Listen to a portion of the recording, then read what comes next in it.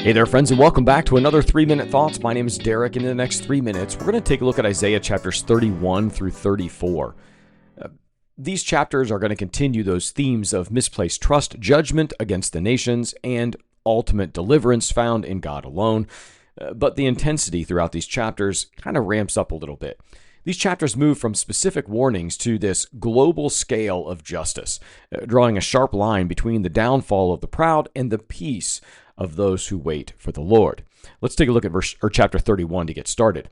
This chapter opens with another one of those woe sections. Woe to those who go down to Egypt for help, but do not look to the Holy One of Israel.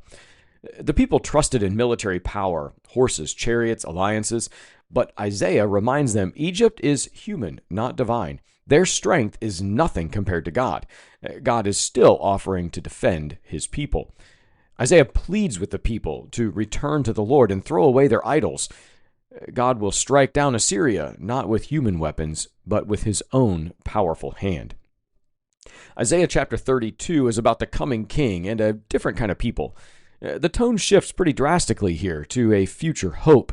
It says in 32 verse 1, "Behold, a king will reign in righteousness, and princes will rule in justice." This is definitely messianic language, pointing ahead to a king who brings justice, clarity, peace, and shelter. Under his reign, the eyes will see, the ears will hear, fools won't be honored, and truth will no longer be suppressed. The Spirit will be poured out, and the wilderness will become fertile. But until that day comes, Isaiah warns complacent women, a symbol of spiritual apathy, that hardship is coming. Their security will collapse.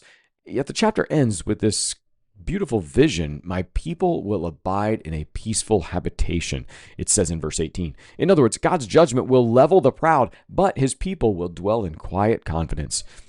Chapter 33 is a chapter that begins by warning the destroyer, people like Assyria. Though they have devastated nations, God will now devastate them. The nations tremble. God's fire burns up the arrogant, but the righteous are secure. Jerusalem, once trembling, is now described in terms of beauty, peace, and strength. Chapter 34 is a chapter that takes a dark and graphic turn, a vision of global judgment, especially targeting Edom, symbolic of all nations oppressed or opposed to God. The image is intense: blood, fire, burning stars, and land turned to pitch. Edom becomes a wasteland inhabited only by wild animals and demonic creatures. God is not indifferent to sin. He will bring justice, even if the nations refuse to believe it. These chapters are all about judgment and mercy embedded in God's character. That's it for today. Be well, friends.